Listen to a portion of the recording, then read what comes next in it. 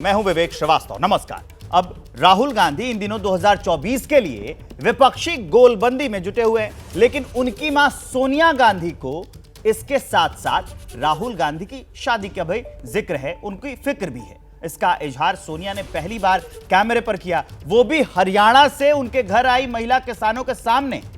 आखिर राहुल गांधी के ब्याह का जिक्र कैसे छिड़ा और खुद राहुल गांधी ने इस पर क्या जवाब दिया, आप भी देखिए ये बहुत दिलचस्प रिपोर्ट।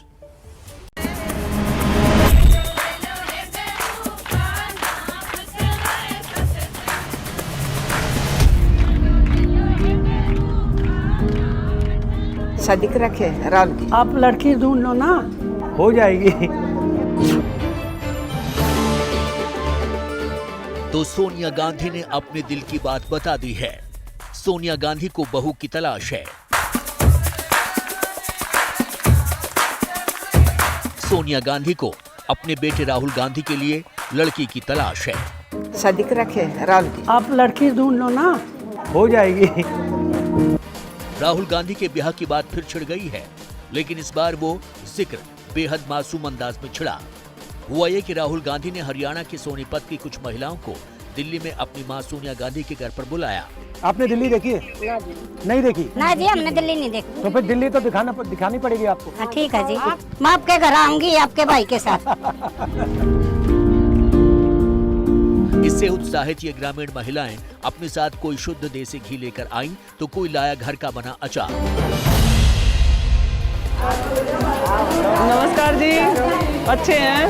आपसे मिलके और अच्छे हो गए। और जब सब लोग खाने की टेबल पर बैठे तो एक महिला ने बातों बातों में उत्सुकता से सोनिया गांधी से पूछ ही लिया, राहुल की शादी कब करा रही हैं? शादी कर रखे राहुल की। आप लड़की ढूंढ लो ना, हो जाएगी।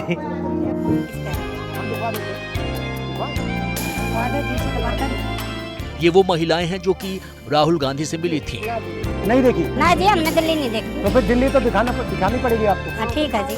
तब उन्होंने दिल्ली देखने की इच्छा जताई तो राहुल गांधी ने उन्हें बुला लिया, इन्हें दिल्ली दर्शन करवाया।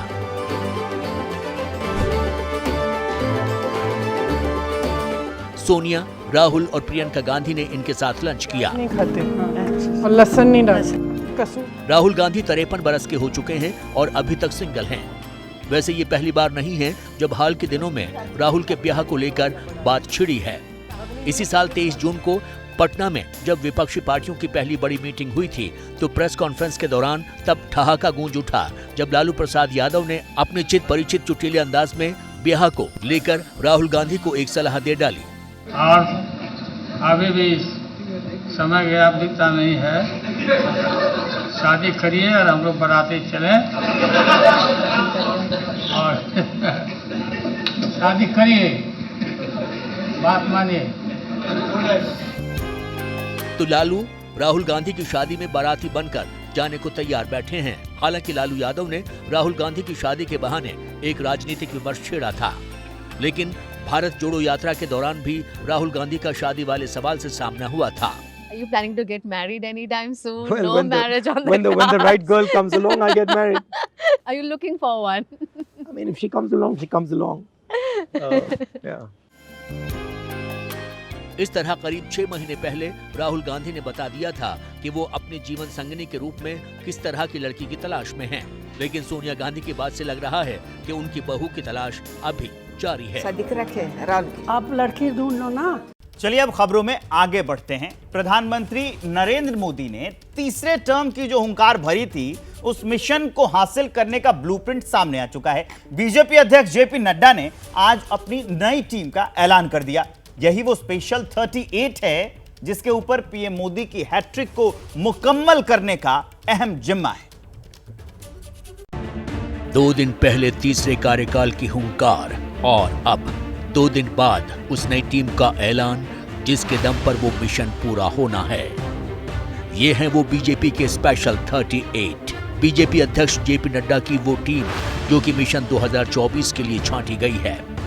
मिशन 24 की इस नई टीम में 13 राष्ट्रीय उपाध्यक्ष, 8 राष्ट्रीय महामंत्री, 1 राष्ट्रीय संगठन महामंत्री, 1 राष्ट्रीय सह संगठन महामंत्री, 13 राष्ट्रीय सचिव, 1 कोषाध्यक्ष, एक सह कोषाध्यक्ष बनाए गए हैं। सबसे खास बात यह है कि जेपी नड्डा की नई टीम में उन राज्यों के नेताओं को भी जगह दी गई है जिन राज्यों में इस साल चुनाव होने हैं। 13 में से 6 राष्ट्रीय उपाध्यक्ष चुनावी राज्यों में से हैं, तो 8 में से 3 राष्ट्रीय महामंत्री भी उन्हीं राज्यों से हैं जहां पर इस साल के आखिर में विधानसभा के चुनाव होने हैं। चुनावी राज्यों से बीजेपी ने जो राष्ट्रीय उपाध्यक्ष बनाए हैं उनमें शामिल हैं वसुंधरा राजे सिंधिया राजस्थान, डॉक्टर रमन सिंह छत्तीसगढ़, सरोज पांडे छत्तीसगढ़, लता उसेंडी छत्तीसगढ़, सौदान सिंह मध्य प्रदेश, DK अरुणा तेलंगाना। राष्ट्रीय महामंत्री बनाने में भी बीजेपी ने चुनावी राज्यों से ध्यान रखा है। 8 में से ऐसे 3 राष्ट्रीय महामंत्री बनाए गए हैं जिनका ताल्लुक चुनावी राज्यों से है।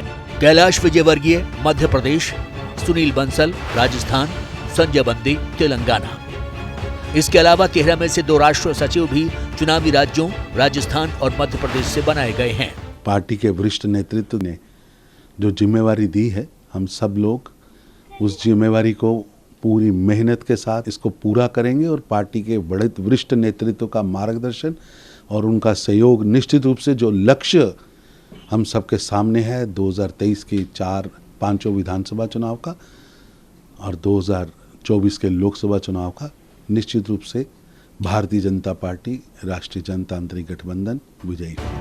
जिस वक्त बीजेपी ने 24 की अपनी नई टीम की ये लिस्ट जारी की, उस वक्त बीजेपी अध्यक्ष नड्डा राजस्थान के दौरे पर थे। वो जयपुर के मोती डूंगरी गणेश मंदिर में पूजा अर्चना कर रहे थे।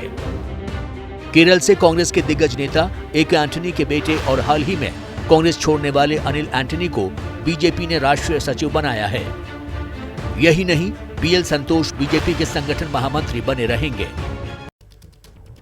मोदी सरकार वर्सेस विपक्ष की पहली बिग फाइट जल्द ही संसद में दिखने वाली है। मोदी सरकार दिल्ली अध्यादेश को संसद में पेश करने वाली है, जिसके खिलाफ विपक्ष अब गोलबंद है।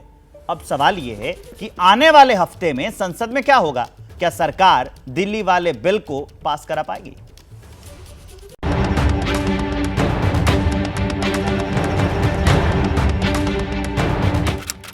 तारीख 31 जुलाई 2023, जगह संसद भवन। वो तारीख जब अविश्वास प्रस्ताव से पहले मोदी सरकार वर्सेस विपक्ष की सियासी लड़ाई का एक अहम अध्याय खुल सकता है। और इसकी वजह है राष्ट्रीय राजधानी क्षेत्र दिल्ली संशोधन विधेयक। मोदी सरकार का वो अहम विधेयक जिसके जरिए वो दिल्ली सरकार में ट्रांसफर पोस्टिंग की शक्तियां अपने पास लेना चाहती है। चर्चा बड़ी जोरों पर है कि केंद्र सरकार जिले में विधेयक संसद में सोमवार या मंगलवार को पेश करने की तैयारी में है। इसका मतलब ये हुआ कि केजरीवाल सरकार की शक्तियां जब्त होने का काउंटडाउन शुरू हो चुका है। संजय सिंह जी को इन्होंने बड़े स्ट्रेटेजिक प्लान तरीके से मणिपुर के मुद्दे पर सस्पेंड कर दिया। हम सच्चाई के पक्ष में हैं, दिल्ली की जनता के लिए हम लड़ रहे हैं, देश की रक्षा के लिए हम लड़ रहे हैं। तो अंत में जो भी निर्णय आए हम लड़ाई करेंगे। और रहा सवाल नंबर का, तो नंबर भी ईश्वर ऐसी व्यवस्था बनाएंगे कि नंबर भी हमारे पक्ष में होगा। और हम सारे राष्ट्रभक्त और अच्छे दलों से, व्यक्तियों से, सांसदों से निवेदन हमने किया है और अभी भी हम सबसे कर रहे हैं कि देश के लिए ऐसी इनके कुनीति और प्रयोग को, सिनिस्टर प्लान को फेल करना बहुत जरूरी है। नहीं तो दिल्ली में करने के बाद कभी भी ये दूसरे राज्य में ये प्रयोग कर सकते हैं। दरअसल मोदी सरकार ने ऑर्डिनेंस के जरिए दिल्ली सरकार की शक्ति अपने पास ले ली थी, लेकिन उस ऑर्डिनेंस को कानून बनाने के लिए ही संशोधन विधेयक लाया जा रहा है। दरअसल मोदी सरकार ने इसी साल 19 मई को अधिकारियों के ट्रांसफर पोस्टिंग पर अध्यादेश जारी किया था। अध्यादेश में मोदी सरकार ने सुप्रीम कोर्ट के 11 मई के उस फैसले को पलट दिया था जिसमें ट्रांसफर पोस्टिंग का अधिकार दिल्ली सरकार को मिला था। माना जा रहा है कि अविश्वास प्रस्ताव से पहले ये बिल मोदी सरकार और विपक्ष के बीच पहला अहम टेस्ट होगा। इसीलिए विपक्ष ने इसके खिलाफ एकजुटता दिखाने के लिए पूरी ताकत झोंकी हुई है। खबर है वोट डालने के लिए पूर्व पीएम मनमोहन सिंह व्हीलचेयर में संसद पहुंच सकते हैं। लंबे समय से अस्वस्थ चल रहे झारखंड के पूर्व सीएम शिबू सोरेन भी मौजूद रह सकते हैं। हम लोगों को तैयारी नहीं करनी है। हम लोगों ने हमारी मांग रखी है। तैयारी और डर सत्ता पक्ष वालों को है, जिसके कारण वो पूरी साजिश के तहत सदन को नहीं चलने देना चाह रहे हैं। हम एक डेमोक्रेटिक देश में रहते हैं, हम ब्यूरोक्रेटिक देश में नहीं रहते। मगर ये सरकार ब्यूरोक्रेसी का सहारा लेकर अपोजिशन को ख़त्म करना चाहती है, उसे दबाना चाहती है। ये जनता तय करेगी कि प्रजातंत्र रहेगा या ब्यूरोक्रेटिक देश बन के रहेगा। लेकिन संसद में इस शक्ति प्रदर्शन के दौरान शरद पवार को लेकर एक सस्पेंस पैदा हो गया है। अगर ये बिल संसद में सोमवार को पेश किया जाता है तो शरद पवार संसद से गैर हाजिर रह सकते हैं। शरद पवार सोमवार को पुणे में पीएम मोदी के साथ नजर आएंगे। पवार के हाथों पीएम मोदी को पुणे में तिलक पुरस्कार दिया जाना है। सबसे दिलचस्प बात यह है कि खुद शरद पवार ने प्रधानमंत्री मोदी को इस पुरस्कार के लिए चुना है। चलिए आगे बढ़ते हैं और अब खबर मध्य प्रदेश के सतना से, जहां चुनावी साल में एक बार फिर से शिवराज सरकार का बुलडोजर चला है। इस बार निशाने पर आए हैं मैहर में एक बच्ची से गैंगरेप के आरोपी। दोनों आरोपियों के घर को बुलडोजर चढ़ाकर ढा दिया गया। बच्ची अस्पताल में जिंदगी की जंग लड़ रही है।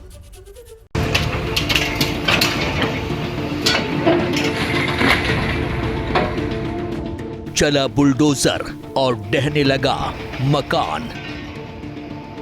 घरवाले आंखों में आंसू लिए हाथ जोड़ते रह गए, विनती करते रह गए, लेकिन जब बुलडोजर चला तो सिर्फ उसी की गड़गड़ाहट सुनाई दी और करीब 4 घंटे में 2 मंजिला मकान मटिया मेट कर दिया गया।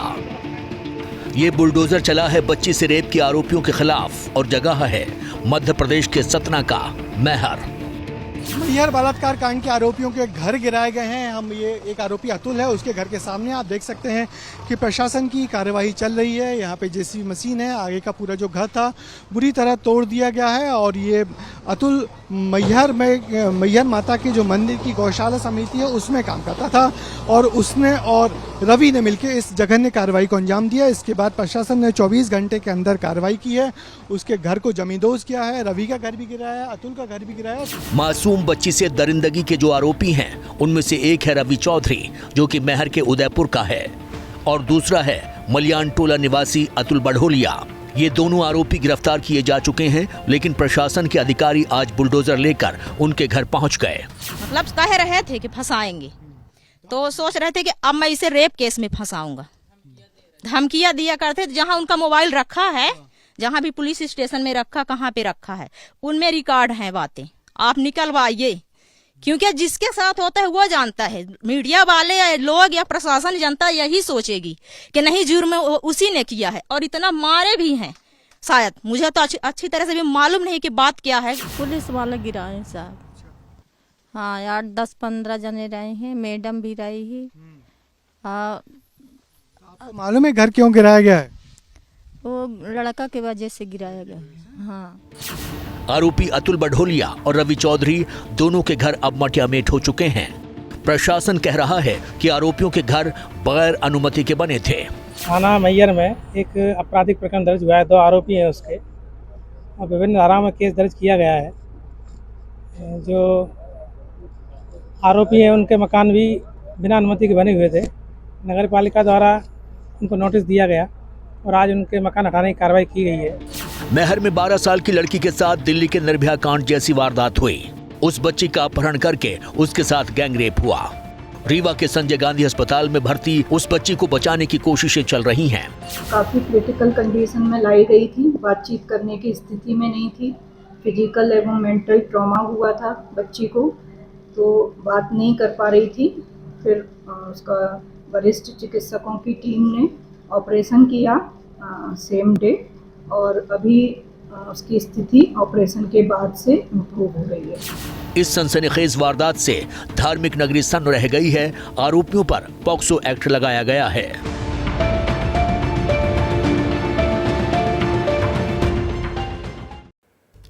चलिए अब आगे बढ़ते हुए एक जरूरी रिपोर्ट आपको दिखाते हैं। विपक्षी सांसदों का डेलीगेशन आज मणिपुर दौरे पर गया है। 21 सांसद 2 ग्रुपों में राज्य के हिंसा प्रभावित इलाकों का दौरा कर रहे हैं। प्रभावित लोगों से मुलाकात कर सांसदों ने जानकारी ली।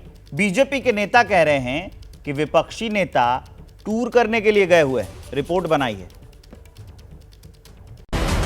एक तरफ मणिपुर की स्थिति का जायजा लेने विपक्षी गठबंधन इंडिया के 21 सांसद पहुंचे हैं, तो दूसरी तरफ इम्फाल की सड़कों पर मैताई समुदाय के लोगों ने शांति मार्च निकाला है। पूरा देश चाह रहा है कि मणिपुर में शांति बहाल हो। जो विपक्षी सांसद मणिपुर के हालात का जायजा लेने पहुंचे हैं, उन्होंने भी केंद्र सरकार पर निशाना साधते हुए स्थानीय लोगों से शांति की अपील की है। सुबह विपक्षी सांसदों का दल मणिपुर पहुंचा, जो 2 हिस्सों में प्रदेश का दौरा करके हालात की जानकारी लेने में जुटा है। चूराचांदपुर के राहत कैंप में जाकर सांसदों ने प्रभावित लोगों से मुलाकात की है। हमने सिर्फ इनसे कहा, थोड़ा सुना और कहा कि सब ठीक होगा। हम लोग तमाम कोशिश कर रहे हैं एक हालात बेहतर हो। डरे हुए हैं सारे, खामोशी में हैं, कुछ बोलना नहीं चाहते, बिल्कुल डरे हुए हैं सारे लोग यहाँ के।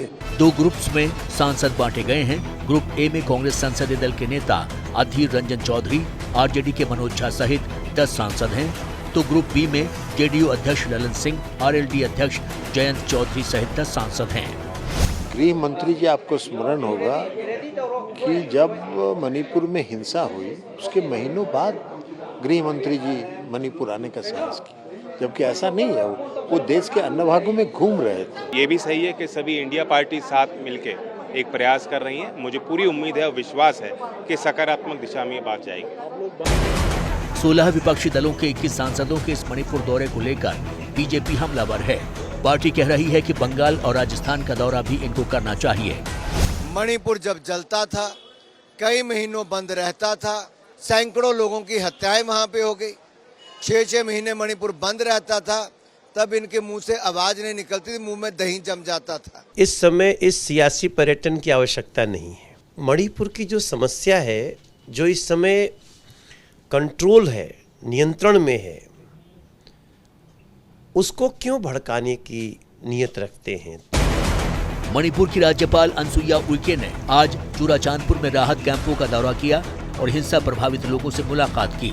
विपक्षी सांसदों का जो दल मणिपुर गया है, वो कल राज्यपाल से मिलने वाला है।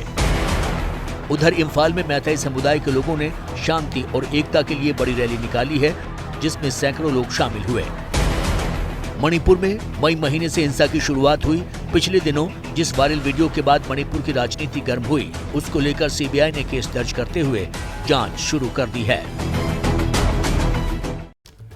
तो बीजेपी के नेता और सरकार के मंत्री ये कह रहे हैं कि एक सियासी पर्यटन है, और उधर जो इंडिया गठबंधन है उसके नेता कह रहे हैं कि हम तो उनका हाल जानने गए थे, ये कहने गए थे कि सब ठीक हो जाएगा। यही सियासत होती है।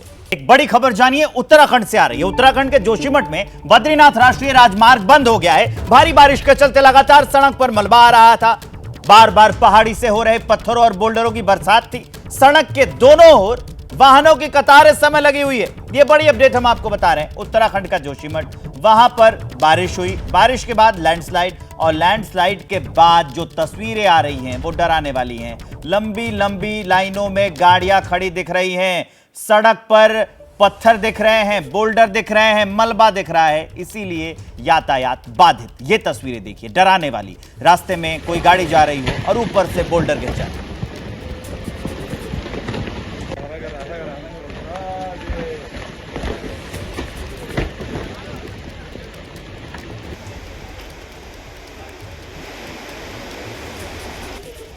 जैसे ही घड़ी का काटा दोपहर 2:30 पे आए, बबीता जी का दिल सास बहू साजिश के लिए मचल जाए।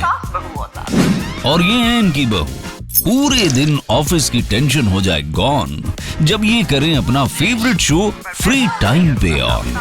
इनकी तरह आप भी देखें अपना फेवरेट शो अपने टाइम पर और डाउनलोड कीजिए एबीपी लाइव ऐप अपने स्मार्ट टीवी पर।